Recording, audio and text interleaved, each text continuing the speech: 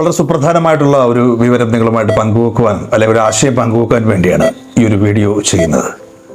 നമുക്കറിയാം, ഇന്നിപ്പോൾ നമ്മുടെ ലോകത്ത് നമുക്കൊരു ഫോൺ നമ്പർ, ഒരു ആധാർ നമ്പർ ഒക്കെ ഉണ്ട്. എവിടെ ചെന്ന് കഴിഞ്ഞാലും നമ്മുടെ ആധാർ നമ്പർ ഉപയോഗിച്ചുകൊണ്ട് നമ്മുടെ കാര്യങ്ങളൊക്കെ അറിയാനും പറ്റും. പക്ഷേ നമ്മുടെ ലൈഫിൽ ഏറ്റവും അത്യാവശ്യമുള്ള ഒരു കാര്യത്തിന് ആധാർ നമ്പരോ മറ്റൊന്നും ബാധകമാകുന്നില്ല എന്നുള്ളതാണ് സത്യം. അത് മറ്റൊന്നുമല്ല, നിങ്ങളുടെ രോഗവിവരത്തിൻ്റെ കാര്യത്തിലാണ്. ഇപ്പം നിങ്ങൾ സ്ഥിരമായിട്ട് കാണിച്ചുകൊണ്ടിരിക്കുന്ന ഒരു ഡോക്ടറോ ഒരു ഹോസ്പിറ്റലോ ഉണ്ടെങ്കിൽ അവിടെ മാത്രമായിരിക്കും നിങ്ങൾ എന്ത് അസുഖത്തിനാണ് ട്രീറ്റ് ചെയ്യുന്നത് അതിൻ്റെ ഡീറ്റെയിൽസ് ഉണ്ടാവുക. ഈ പുതിയ ഓൺലൈൻ്റെ കാലഘട്ടത്തിൽ എന്തുകൊണ്ട് ഏത് ഹോസ്പിറ്റലിൽ ചെന്ന് കഴിഞ്ഞാലും ഒരു യുണീക്ക് ID ഉണ്ടാകുക, ആ യുണീക്ക് നമ്പർ ഉണ്ടാകുക. അത് നിങ്ങളുടെ ആധാർ നമ്പറാകാം, ഫോൺ നമ്പറാകാം. ഈ ഒറ്റ നമ്പറിൽ നിങ്ങളുടെ അസുഖവിവരങ്ങൾ എന്താണെന്ന് അവിടെ ഇരിക്കുന്ന ഡോക്ടർക്ക് അറിയാൻ പറ്റുക, ആ ഹോസ്പിറ്റലിൽ അറിയാൻ പറ്റുക എന്നുള്ളത് ഒരു വലിയ ആവശ്യം തന്നെയല്ലേ? സർക്കാർ സംവിധാനങ്ങളിൽ ഇപ്പോൾ അങ്ങനെ ഒരു ഫെസിലിറ്റി വന്നിട്ടുണ്ടെന്നാണ് ഞാൻ മനസ്സിലാക്കുന്നത്. ഞാനും ആ ഒരു കാർഡൊക്കെ എടുത്ത് വെച്ചിട്ടുണ്ട്.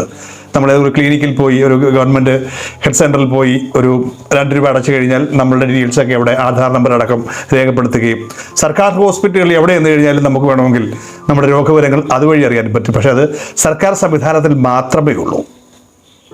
ഒരു പ്രൈവറ്റ് ഹോസ്പിറ്റലിൽ നിങ്ങൾ ട്രീറ്റ്മെൻറ്റ് ചെല്ലുന്നു, നിങ്ങൾക്ക് എന്തൊക്കെ അസുഖങ്ങളുണ്ട് എന്ന് ഒരുപക്ഷെ നിങ്ങൾക്ക് എല്ലാം പറഞ്ഞ് മനസ്സിലാക്കണമെന്നില്ല. ചില ഡോക്ടേഴ്സിന് നിങ്ങൾ പറഞ്ഞ് മനസ്സിലാവണമെന്നുമില്ല. മറിച്ച് നിങ്ങളിപ്പോൾ ഒരു പ്രൈവറ്റ് ഹോസ്പിറ്റൽ ട്രീറ്റ്മെൻറ്റിലാണ്, മറ്റൊരു സ്ഥലത്ത് നിങ്ങൾക്ക് ഒരു അസുഖമുണ്ടായത്, അവർ ആ യുണീക്ക് നമ്പർ അവരുടെ ഓൺലൈനിൽ അടിച്ചു നോക്കുമ്പോൾ നിങ്ങൾ ഏതൊക്കെ ട്രീറ്റ്മെൻറ്റ് ചെയ്യുന്നുണ്ടോ അതൊക്കെ കൃത്യമായിട്ട് ആ ഡോക്ടർക്കോ അല്ലെങ്കിൽ ആ ഒരു ഹോസ്പിറ്റലിനോ കിട്ടിക്കഴിഞ്ഞാൽ നിങ്ങളുടെ കാര്യങ്ങൾ കുറച്ചും കൂടെ എളുപ്പമാവും. നിങ്ങൾ എന്തൊക്കെ മരുന്നാണ് കഴിച്ചുകൊണ്ടിരിക്കുന്നത്, എന്തൊക്കെയാണ് നിങ്ങൾക്ക് വേണ്ടത്. ചിലപ്പോൾ നിങ്ങൾ ആ ഹോസ്പിറ്റലിൽ അബോധാവസ്ഥയിലായിരിക്കാം, സംസാരിക്കാൻ പറ്റുന്ന അവസ്ഥയിലായിരിക്കില്ല. ഇത്തരത്തിലൊരു യുണീക്ക് ID, ഒരു യുണീക്ക് നമ്പർ ഓരോ രോഗികൾക്കും ഓരോ മനുഷ്യർക്കും ഉണ്ടാവേണ്ടത് വളരെ അത്യാവശ്യമല്ലേ? ഇതിന് കുറേയേറെ ഗുണങ്ങളുമുണ്ട്. ഇപ്പം നമുക്കറിയാം, ഇൻഷുറൻസ് മേഖലയ്ക്ക് നല്ലതാണ്. കാരണം ഒരു ഇൻഷുറൻസിനെ പറ്റിക്കാൻ നമുക്ക് പറ്റില്ല. ഏതൊക്കെ അസുഖത്തിൽ നിങ്ങൾ ട്രീറ്റ്മെൻറ്റ് നടത്തുന്നുണ്ട് എന്ന കൃത്യമായ ഒരു ഡാറ്റ ബാഗ് നിങ്ങളുടെ പേരിൽ ഉണ്ടാകും, ഒരു യുണീക്ക് IDയിൽ ഉണ്ടാകുക എന്നുള്ളത് ഒരു വലിയ കാര്യം തന്നെയാണ്. ഒരുപാട് ഗുണങ്ങളാണ് ഇതുകൊണ്ടുണ്ടാവുന്നത്. ലോകത്തിൻ്റെ ഏത് ഭാഗത്തേക്ക് നിങ്ങൾ ചെന്ന് കഴിഞ്ഞാലും ഒരു യുണീക്ക് ID ഉള്ളത് കൊണ്ട് തന്നെ നിങ്ങൾ എന്തൊക്കെ മരുന്ന് കഴിക്കുന്നു, എന്തൊക്കെ ട്രീറ്റ്മെൻറ്റ് എടുത്തിട്ടുണ്ട്, എന്തിനൊക്കെ മരുന്ന് കഴിച്ചുകൊണ്ടിരിക്കുകയാണ്, എന്തൊക്കെയാണ് നിങ്ങളുടെ അലർജി എന്നുള്ള എല്ലാ വിവരങ്ങളും അതിനകത്തുണ്ടാകും. ഈ ഓൺലൈൻ കാലഘട്ടത്തിൽ ഇത് വലിയ കാര്യമൊന്നുമല്ല. സർക്കാർ തലത്തിൽ അതിന് തീർച്ചയായിട്ടും ഒരു തീരുമാനം ഉണ്ടാകണം. അതൊരു ക്യാമ്പയിനായിട്ട് മാറണം എന്നാണ് ഞാൻ പറയുന്നത്. ഇപ്പം ഞാൻ തന്നെ ഒരു ആശുപത്രിയിൽ ഒരു ട്രീറ്റ്മെൻറ്റ് ഞാൻ സ്ഥിരമായിട്ട് പോകാതെ ആശുപത്രി ചെന്ന് കഴിഞ്ഞപ്പോൾ അവർക്ക് ഞാൻ പറയുന്നവർക്ക് മനസ്സിലാവുന്നില്ല. ഞാൻ എടുക്കുന്ന ഇഞ്ചക്ഷനെ കുറിച്ച് പറഞ്ഞപ്പോൾ അവർ വേറെ പല കാരണങ്ങളുമാണ് പറയുന്നത്. അപ്പോൾ എൻ്റെ കാരണം കൊണ്ട് മാത്രമല്ല പറയുന്നത്. ഓരോ അസുഖങ്ങൾക്കും നമ്മൾ എന്തൊക്കെ എവിടെയൊക്കെ ട്രീറ്റ്മെൻറ്റ് ഒരു ഹിസ്റ്ററി ആയിട്ട് കിടക്കുന്നത് അത് ഓൺലൈൻ വഴി എടുക്കുവാൻ ഒരു യുണീക്ക് നമ്പർ ഉണ്ടെങ്കിൽ നന്നായിരിക്കും. എല്ലായിടങ്ങളിലും നമ്മുടെ രജിസ്ട്രേഷൻ കൊടുക്കണം, എല്ലാ ഹോസ്പിറ്റലിലും നമ്മൾ എടുക്കണം. എല്ലാ ഹോസ്പിറ്റലിലും നമുക്ക് നമ്മുടെ ഹിസ്റ്ററി തരികയില്ല. ചോദിച്ചാൽ പോലും പല പ്രൈവറ്റ് ഹോസ്പിറ്റലുകളിലും നമുക്ക് ഹിസ്റ്ററി തരില്ല. എന്നാൽ ഇപ്പോഴത്തെ മോഡേൺ ചില ആശുപത്രികളിൽ കൃത്യമായിട്ട് ട്രീറ്റ്മെൻറ്റിൻ്റെ ഒരു പേപ്പർ തന്നെ പ്രിൻ്റ് ചെയ്ത് തരുന്നുണ്ട്. ആശാവഹമായ ഒരു കാര്യമാണ്. കാരണം മറ്റൊരു ഹോസ്പിറ്റലിൽ ചെല്ലുമ്പോൾ നമുക്ക് ഒരു പേപ്പർ അവരെ കാണിച്ചാൽ മതിയാകും. പക്ഷെ അതൊരു പേപ്പറാണ്, അത് പോരാ. ഓൺലൈനിൽ തന്നെ ഓരോ ആൾക്കും, ഇപ്പോൾ എനിക്ക് ആധാർ നമ്പർ ഉള്ളതുപോലെ തന്നെ ഒരു പേഷ്യൻ്റ് ID ഉണ്ടാകുക, ഒരു യുണീക്ക് ID ഉണ്ടാകുക. ID വഴി ഏത് ഹോസ്പിറ്റലിലും നമ്മൾ ചെല്ലുമ്പോൾ രജിസ്ട്രേഷൻ ഓക്കെ ആവുക.